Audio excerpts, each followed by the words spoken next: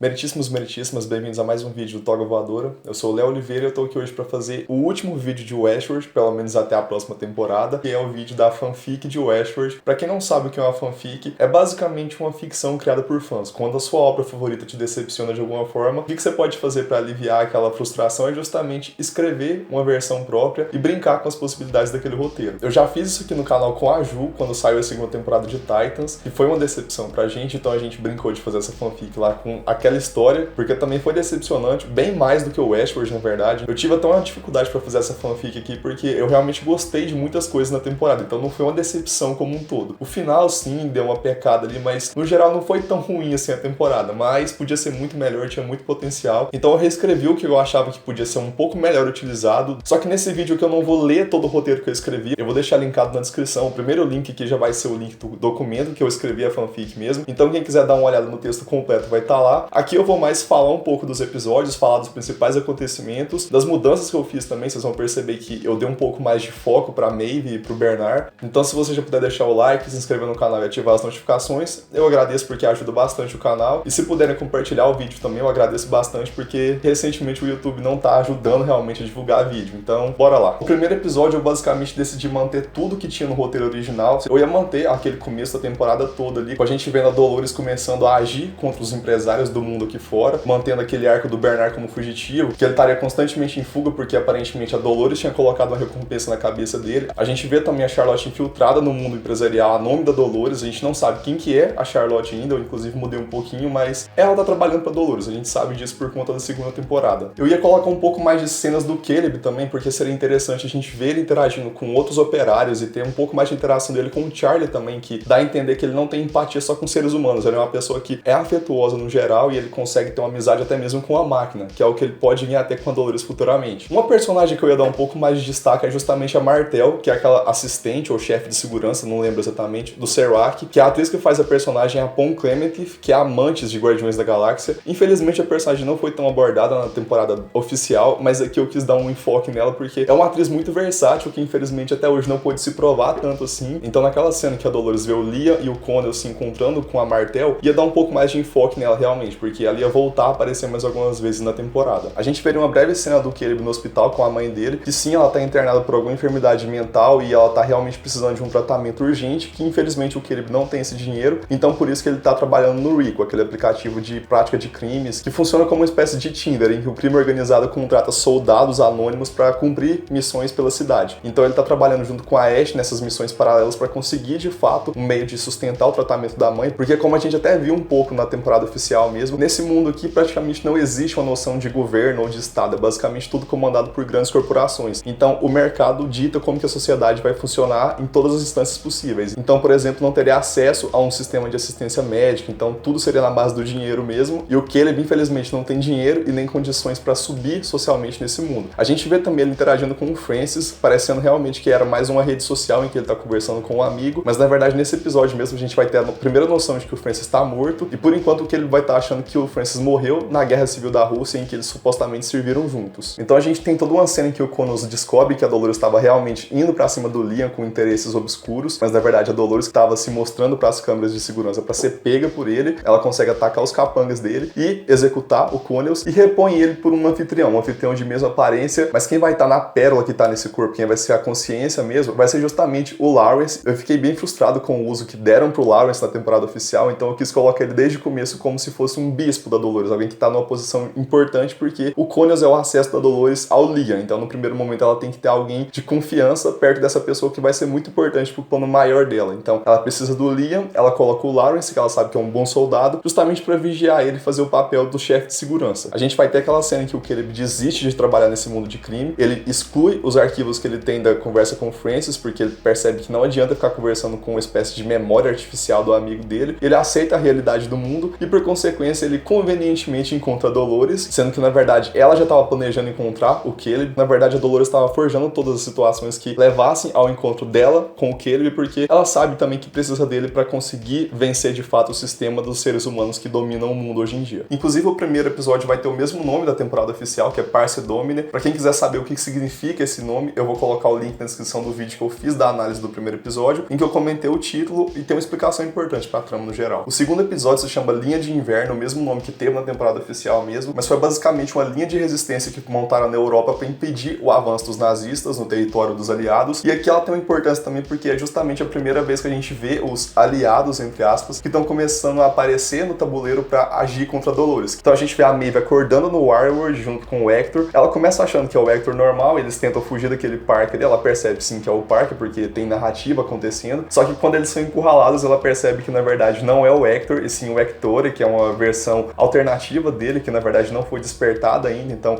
ele tá como um anfitrião comum, e ela percebe que ela tá presa novamente com a narrativa. E aí a gente corta pro núcleo do Bernard e vê aquela cena que na série oficial foi lá no primeiro episódio, mas aqui eu achei melhor distribuir as aparições do Bernard por mais episódios pra justamente ter a sensação de que ele tá agindo o tempo todo. E aqui a gente tem aquela cena dele chegando naquele barco pesqueiro, o pescador pergunta pra onde que ele quer ir e ele fala que quer ir pro Westworld. E ele aparentemente precisava de um novo computador pra meio que checar se a Dolores tá realmente exercendo influência sobre ele, porque ele não confia na própria consciência ainda, ele tá sentindo que tem alguma coisa diferente desde a última vez que ele tava desperto. Uma coisa que a gente ia ver nesse episódio também eram as aparições dos outros aliados da Maeve. O Lee ia poder aparecer assim como ele apareceu na temporada mesmo, eu achei bem interessante a participação dele, na verdade. Só que além do Hector, podia aparecer também a Armistice, que é uma personagem fascinante, ela tem uma fisicalidade impressionante, a personagem é muito carismática. Então, como tá indo pra uma guerra, eu acho interessante manter essa soldado importante da Maeve pra justamente dar uma força a mais pro time dela. Só que como elas estão dentro de uma simulação criada pelo Serac, a Maeve vai ficar vendo constantemente esses aliados dela morrerem e sofrerem de diferentes formas, até pra servir como uma prova do que o Serac pode fazer. O Bernard chega no parque, ele encontra um cenário meio estranho, com alguns piratas saqueando o parque, roubando tecnologia. Ele consegue se esgueirar e chegar até aquele casebre que o Ford costumava levar a ele, quando os dois estavam no parque ainda. Ali ele encontra as outras versões do Bernard, ele encontra também um computador, tenta fazer uma autoanálise, mas ele percebe que não é um computador zerado e que ele talvez precise de uma coisa um pouco mais potente que só no centro de controle da Delos mesmo, do centro de controle dos parques, talvez ele possa conseguir. Só que quando ele tá indo embora dessa casa, ele encontra justamente o Ashley, que pra mim a amizade dos dois foi perfeita, pode manter tudo o que a série fez. A gente vê então mais uma cena da Charlotte, dessa vez ela tá em uma reunião com os diretores da Delos, e a gente entende que a intenção da Dolores é realmente reativar os parques, ela quer voltar à produção de anfitriões no geral, ela tem intenção de realmente formar um exército caso o plano principal dela dê errado, porque se for pra uma guerra, melhor que tenha muitos da espécie dela. Mas por enquanto as duas não tem como fazer nada porque elas não têm os votos majoritários, então elas precisam realmente encontrar alguém que possa dar essa condição pra elas. Mas aqui a gente tem pela primeira vez a Charlotte saindo da Delos e indo encontrar o Jake e o Nathan, que são justamente o esposo e o filho da Charlotte original, e pela primeira vez a gente vê essa versão da Charlotte criando afeto por esses seres humanos, o que já vai começar a criar conflito dentro da programação dela e começar a ter aquela fagulha de divergência entre ela e a Dolores. A gente tem aquela cena da fuga da Maeve, então, em que ela tenta sair da realidade simulada, ela é detida pelo Serac, ela acorda num corpo físico aqui fora mesmo, e aí a gente tem o acordo que o Serac quer propor pra ela, que é justamente ela ir atrás da Dolores, porque a Maeve tem esse poder pra parar os anfitriões que sejam rebeldes, ela consegue controlar e o Serac sabe disso, e em troca o Serac vai dar justamente o que a Maeve tanto quer, que é uma chance de viver no Sublime com a filha dela. O Serac fala pra Maeve que a Dolores tem as duas coisas mais importantes dos parques da Delos, que são justamente o mapa mental e o acesso ao Sublime, que são as duas coisas que eles precisam justamente. A Maeve quer o Sublime e ele precisa do mapa mental com urgência, então por isso que ele quer que a Maeve trabalhe pra ele. O episódio termina com a continuação daquela cena do encontro do Caleb com a Dolores, em que ele leva ela até uma ambulância, eles são atacados por mercenários, e ela faz uma espécie de contrato simulado com ele, pedindo para que ele leve ela até um hospital aleatório. Mas é na verdade uma tentativa de criar um vínculo entre os dois, para que ele ficasse numa situação em que ele não pudesse recusar uma proposta dela. O episódio 3 se chama Obsoleto, e justamente o personagem central do episódio vai ser o William, a gente vai ver o que aconteceu com ele depois do final da segunda temporada. O episódio abre com a Charlotte recebendo um telefonema do Serac, em que a gente vê então o que estava acontecendo no parque exatamente. A Charlotte original estava ali trabalhando como espiã empresarial pro Serac, e ela inclusive que estava tentando roubar as informações do mapa mental que estavam na mente do pai da Dolores, porque o Serac estava desde sempre querendo esse acesso, ele inclusive já teve acesso a parte disso quando o parque estava começando, ele comprou parte das informações justamente do William, a gente veria um flashback disso, os dois conversando, tendo interação de fato entre eles, e a gente ia começar a entender então que foi dessas informações que ele obteve que ele conseguiu criar o Solomon, que era a versão anterior do Rehoboam, e ele conseguiu de fato melhorar esse sistema até chegar no Rehoboam atual, mas ele também percebe que se ele quiser ter um deus que realmente consiga controlar a realidade, ele precisa que esse deus seja onisciente, é por isso que o mapa mental tem que ser crucial na busca dele, e ele tá atrás da Dolores por isso. A gente vê mais a Dolores interagindo com o Connells, ela pedindo para que ele não deixe que o Serac chegue até o Liam, porque o Liam tem um papel especial nisso tudo e que ela precisa chegar até ele primeiro. Então eles precisam criar uma situação em que ela consiga acessar o Liam antes do próprio Serac. E assim que a Dolores está saindo do restaurante em que ela se encontrou com o Connells, que no caso é o Lawrence, ela recebe uma ligação da Charlotte que começa a falar que ela tá sentindo medo pela família dela. A Dolores responde que não é a família dela, mas mesmo assim, ela não liga e ela quer conversar porque ela tá começando a entrar em conflito. A gente tem aquela cena então das duas naquele quarto, em que a Dolores explica que para vencer a guerra dos humanos no jogo deles, os anfitriões têm que sentir como os humanos e viver como eles de fato, porque assim eles podem ver que de fato tem uma supremacia em relação aos humanos e que eles sabem lidar melhor com os sentimentos deles do que a própria humanidade. Então por isso que talvez eles mereçam mais esse mundo real do que a gente. Mas de fato já dá pra ver que a Charlotte tá bem atormentada, tá sentindo medo pela família dela porque ela criou um afeto real. Ela sente que aquela nova realidade, aquela narrativa que ela se inseriu ali na vida da Charlotte começou a fazer sentido pra ela, porque talvez não seja tão diferente assim a vida de humano e de anfitrião. Eles podem sim coexistir, eles podem ter sentimentos mútuos e é exatamente esse sentimento, essa fagulha que vai ser o rompimento dela com a Dolores mais pra frente. A gente vê então a primeira aparição do William em que a filha dele, a Emily, tá atormentando ele justamente pelo fato dele ter assassinado a própria filha e ele fica alternando entre o cenário do parque, o cenário da mansão dele e o cenário dos laboratórios da Delos, porque ele tá de fato sentindo que ele tá preso em um loop, em uma narrativa, até que ele é atrapalhado na sua loucura justamente pela chegada da Charlotte Hale. A Charlotte tinha recebido da Dolores uma missão especial de ir atrás de um velho conhecido que poderia justamente dar a vantagem necessária na guerra para que elas possam ter um controle maior da Delos. Esse velho conhecido era justamente o William, que ainda era o sócio majoritário, então a Charlotte precisou ir ali para atestar a insanidade do William e assim se apropriar das ações dele, então por isso que ela estava ali criando toda aquela situação para que ele chegasse ao pico da loucura e ela consegue um atestado do sanatório em que ele está internado, comprovando que ele não tem condições de ser o sócio majoritário e como ela era a pessoa de confiança dele lá dentro, ela que estava administrando tudo, ela vai acabar recebendo as ações e agora a Charlotte tem a cadeira majoritária na diretoria. A gente vê finalmente o Bernard e o Ashley chegando no central de comando dos parques. O Bernard consegue acessar de fato o seu sistema e comprovar que não tem mais uma influência da Dolores, mas ele começa a perceber que ele tá tendo mais flashbacks do que